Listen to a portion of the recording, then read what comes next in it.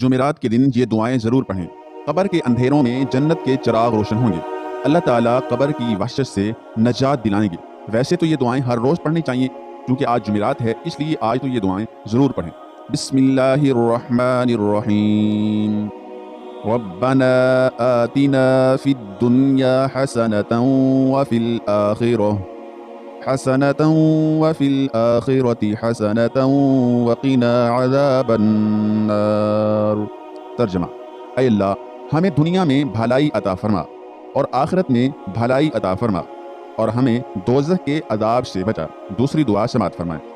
اللہم انی اعوذ بک من عذاب القبر واعوذ بک من فتنة المسیح الدجال واعوذ بک من فتنة المحیا وفتنة الممات اللہم انی اعوذ بک من المأثم والمغرم۔